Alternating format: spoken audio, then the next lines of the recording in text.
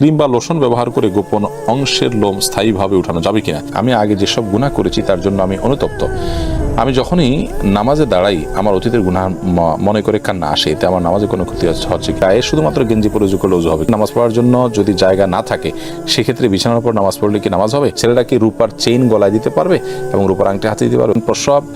প্রস্রাব করে পানি নেয় না, তবে নামাজের সময় পরিষ্কার করে, বাকি সময় অপবিত্র থাকে। এবার ইসলাম কি বলে?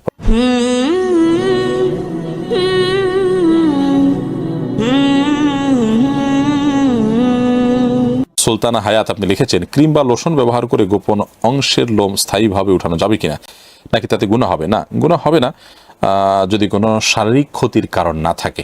যদি শারীরিক কোনো ক্ষতির কারণ না থাকে তাহলে এটা করা যাবে। বাট সুন্নাহ হলো চাষা একেবারে স্থায়ীভাবে উত্তোলন করে ফেলে যদি শারীরিক কোনো ক্ষতির আশঙ্কা থাকে তাহলে সেটা জায়েজ হবে না।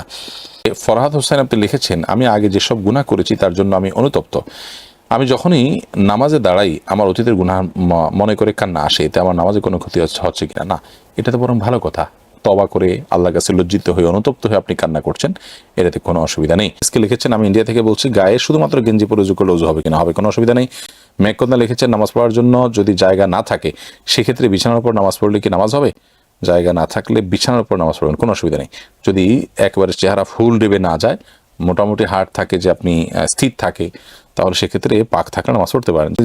আশিকুজ্জামান লিখেছেন, ছেলেরা কি রূপার চেইন গলায় দিতে পারবে এবং রূপার আংটি হাতে দিতে পারবে? রূপা ব্যবহার করে ছেলেদের জায়েজ আছে। জান্নাতুল ফেরদাউসী লিখেছেন, প্রস্রাব করে পানি নেয় না, তবে নামাজের সময় পরিষ্কার করে, বাকি সময় অপবিত্র থাকে। এবার ইসলাম কি বলে? প্রস্রাব করে যদি পানি না নেয় আর পেশাবের নাপাকি যদি কাপড়ে লাগে এবং বারবার করতে করতে অনেক অংশে লেগে গেছে, তাহলে সেক্ষেত্রে সে পোশাক পরিবর্তন করে নামাজ পড়তে হবে। আর পানি নিয়ে নেওয়া উচিত। যদি পানি দিয়ে ধুয়ে পরিষ্কার করা হয় তাহলে সেক্ষেত্রে তার নামাজ হবে। শুধু নামাজের সময় ধুলো, বাকি সময় ধুলো না, তাতে তো তার একটা পাক থাকলো না। আপনি লিখেছেন, অবিবাহিত সন্তান যদি জিনায় লিপ্ত হয় তাহলে এতে কি মা বাবার গুনাহ হবে?